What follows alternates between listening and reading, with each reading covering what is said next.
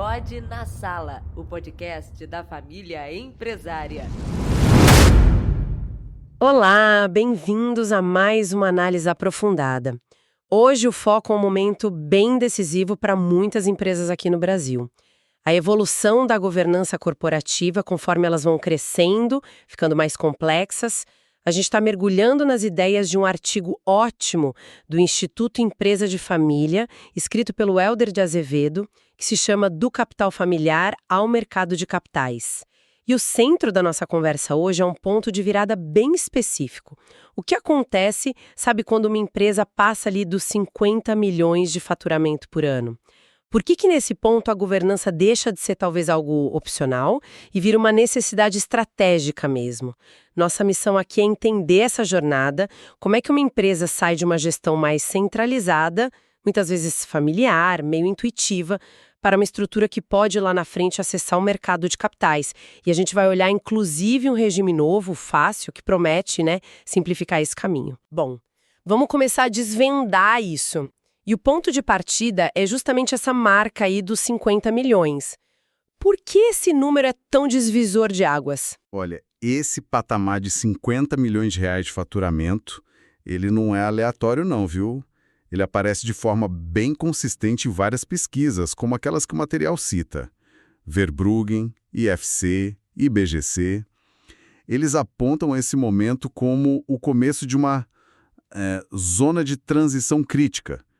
É o ponto em que a complexidade da operação, pensa aí, mais gente, mais produto, talvez mercado novo, cadeia de suplemento mais enrolada, tudo isso começa a pesar, sabe?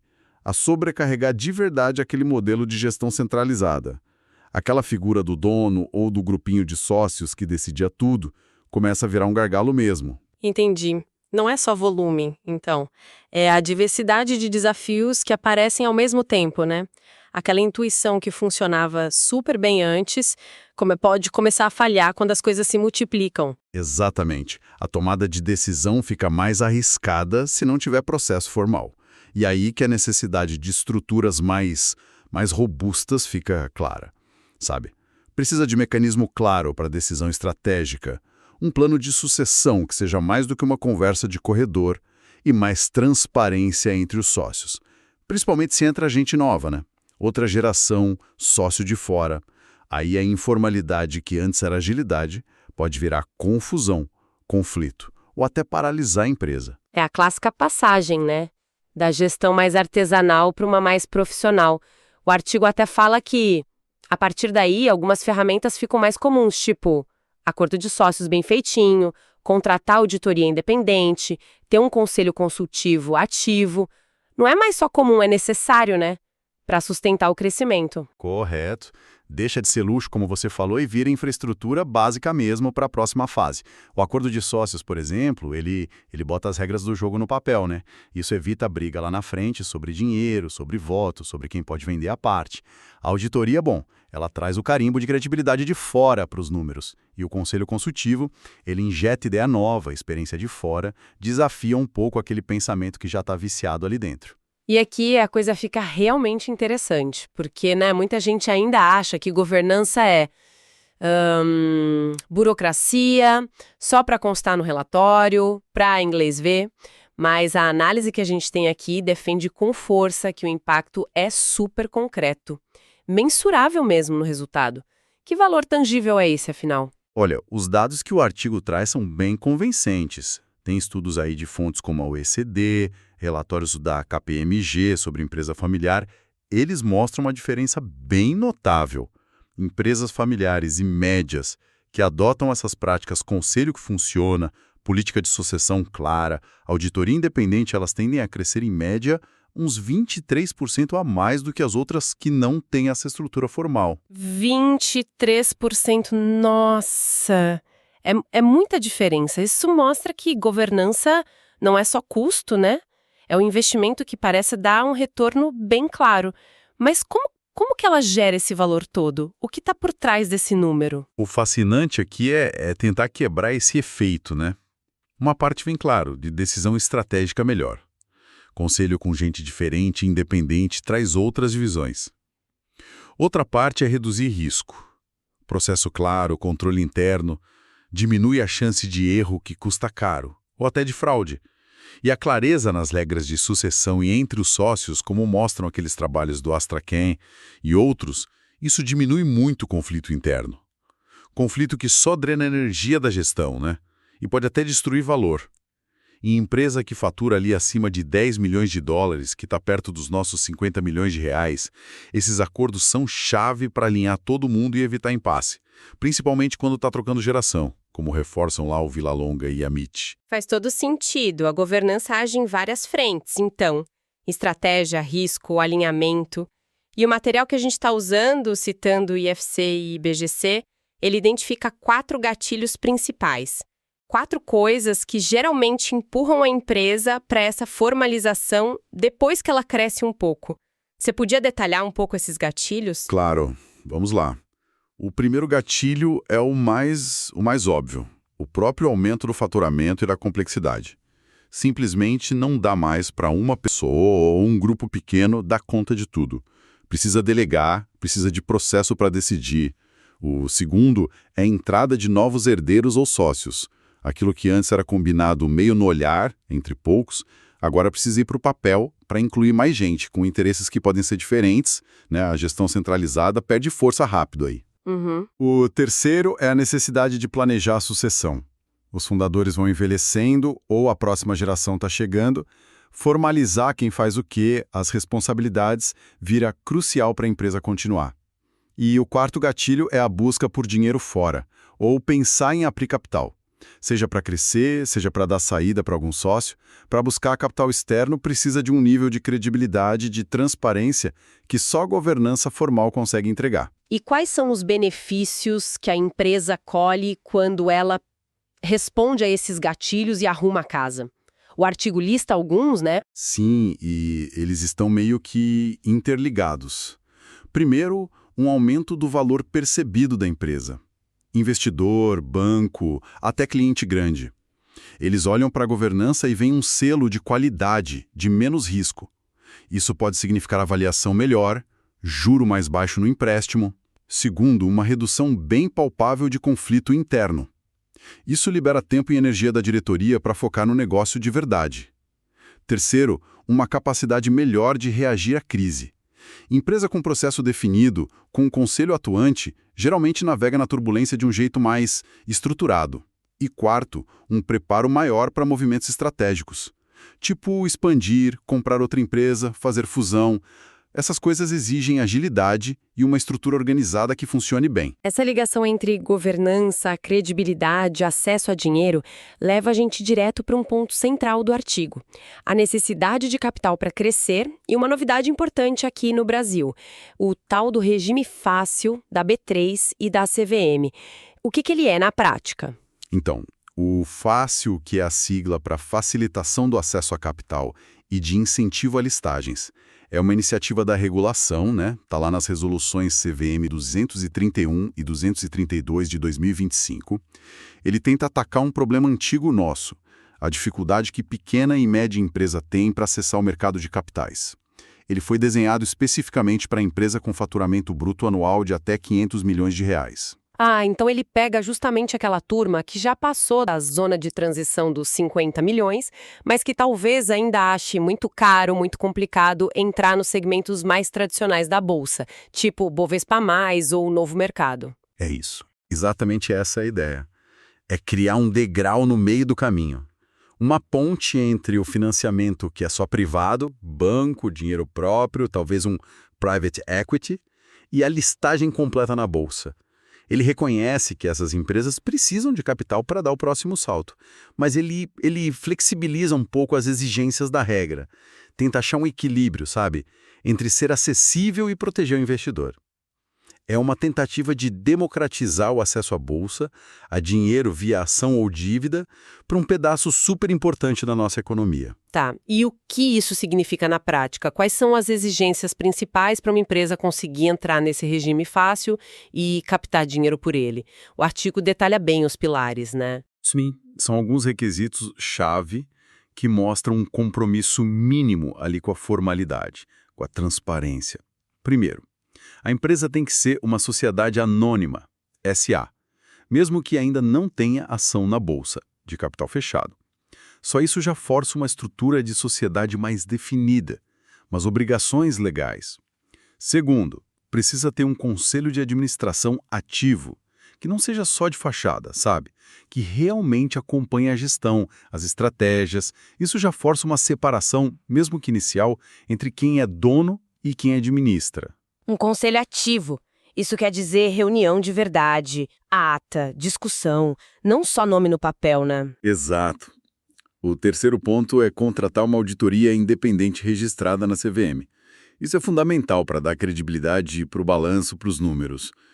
O artigo até comenta que hoje tem 181 firmas registradas, quer dizer, tem opção no mercado para isso. Quarto, a empresa tem que apresentar o formulário fácil. É uma versão mais enxuta daquele formulário de referência, que é super extenso, exigido para a listagem completa. Ele foca no que é essencial mesmo, diminui o custo e o tempo para preparar. E quinto, tem que implementar umas políticas internas básicas, tipo um código de conduta, umas regras claras para lidar com conflito de interesse e um mínimo de compliance. Se a gente conecta isso com o que a gente estava falando antes, parece que o fácil exige justamente aqueles elementos de governança que ficam importantes ali na faixa dos 50 milhões. É quase um roteiro do que fazer, né? Formalizado. É uma ótima conexão, sim. O regime fácil, de certa forma, ele valida a importância daquela jornada de arrumar a casa. Ele não exige a perfeição lá do novo mercado, mas ele pede os fundamentos. Estrutura jurídica certa, SA, supervisão de fora, conselho, validação externa dos números, auditoria, transparência básica, formulário fácil e regra interna clara, políticas. A governança aqui funciona como uma chave mesmo, que abre a porta para a liquidez do mercado. Permite captar dinheiro via ação, debenture, nota comercial com limite lá de 300 milhões por ano. Para uma empresa que fatura 100, 200 milhões, isso pode financiar um belo salto de crescimento. Fica bem claro o porquê e a estrutura. Agora vamos pensar nas empresas que estão bem nessa jornada. Já passaram dos 50 milhões, talvez estão de olho no fácil ou só querem mesmo fortalecer a base. O artigo sugere uma construção gradual.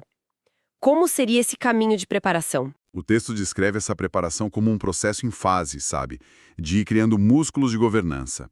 Começa com a base, implantar acordos de sócios bem detalhados, definir quem manda, como decide, como divide o lucro, como um sócio sai, como um novo entra. Isso é a fundação para não ter briga. O segundo passo seria criar um conselho consultivo. É um jeito de trazer inteligência de fora, sem aquele peso todo formal, legal, de um conselho de administração. Serve meio que como um treino para a diretoria e para os sócios aprenderem a ouvir e usar conselho externo. Uma etapa intermediária interessante essa, menos custosa, menos complexa que um conselho de administração formal logo de cara. Exatamente. Aí, com o tempo, com a necessidade, esse conselho consultivo pode virar um conselho de administração formal. E, em paralelo a isso, é fundamental estruturar processo de auditoria e controle interno. Isso não é só para o auditor de fora ver, não. É para a gestão mesmo ter confiança nos números, nos processos, garante que o balanço é confiável, né? Que é pré-requisito para a auditoria independente que o faz por PED.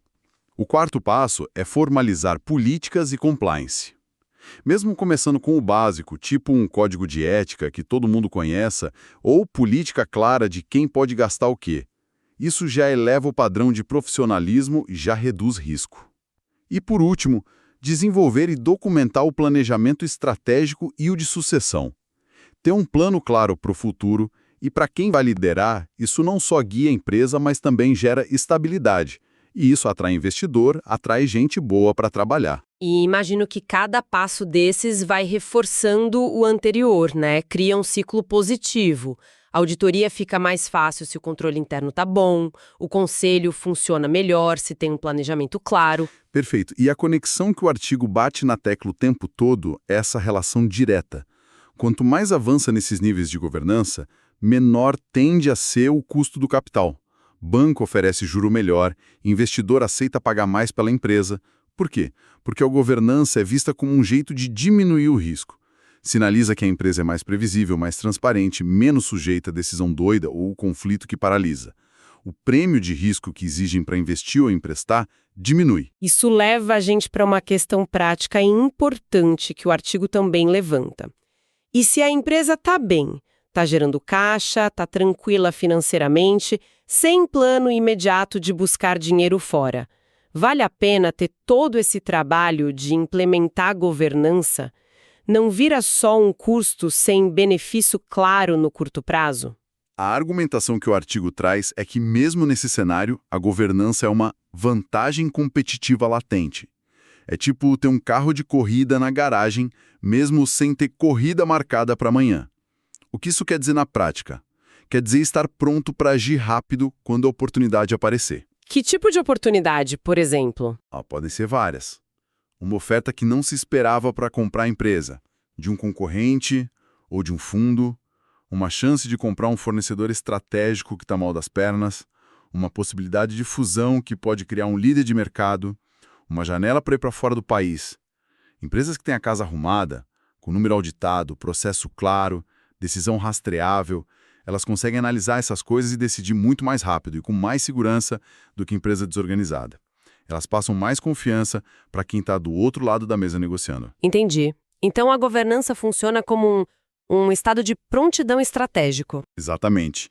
E tem outros benefícios importantes, mesmo sem buscar capital.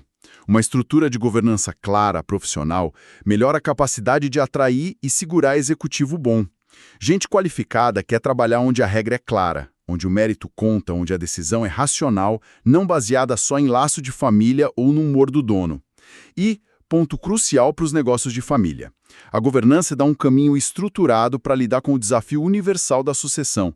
Como indicam aqueles estudos internacionais citados Nave, Domissoro, a falta de regra clara é uma das maiores causas de mortalidade de empresa familiar na hora de passar o bastão. A governança ajuda a profissionalizar essa transição, separando o que é da família e o que é da empresa, e aumenta a chance do negócio durar mais tempo. Resumindo, então, nossa análise de hoje, fica bem claro que esse regime fácil da CVM-B3 é mais do que só uma mudança na regra, né? Ele pode mesmo abrir uma nova fase para um pedaço grande das empresas brasileiras, aquelas ali na faixa de 50 a 500 milhões de faturamento. Empresas que, historicamente, ficavam meio num limbo, né? Dependendo de banco, que é caro, ou só do próprio lucro, sem conseguir chegar fácil no mercado de capitais. Concordo plenamente. E a chave para abrir essa porta, como o artigo argumenta o tempo todo, é a organização interna, é estruturar a governança.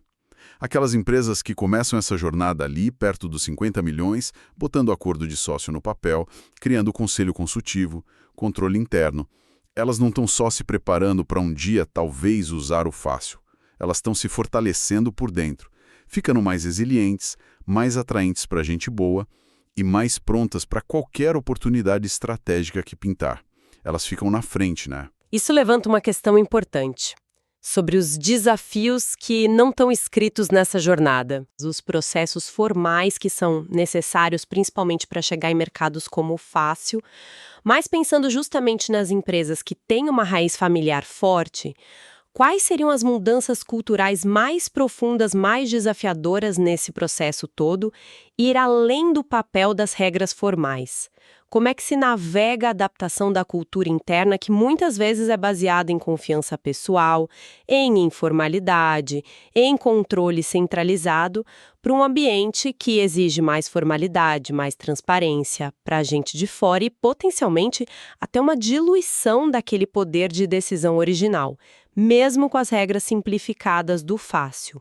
Esse parece ser um desafio tão ou mais complexo do que só implementar as estruturas. Algo para a gente talvez explorar mais fundo numa outra conversa.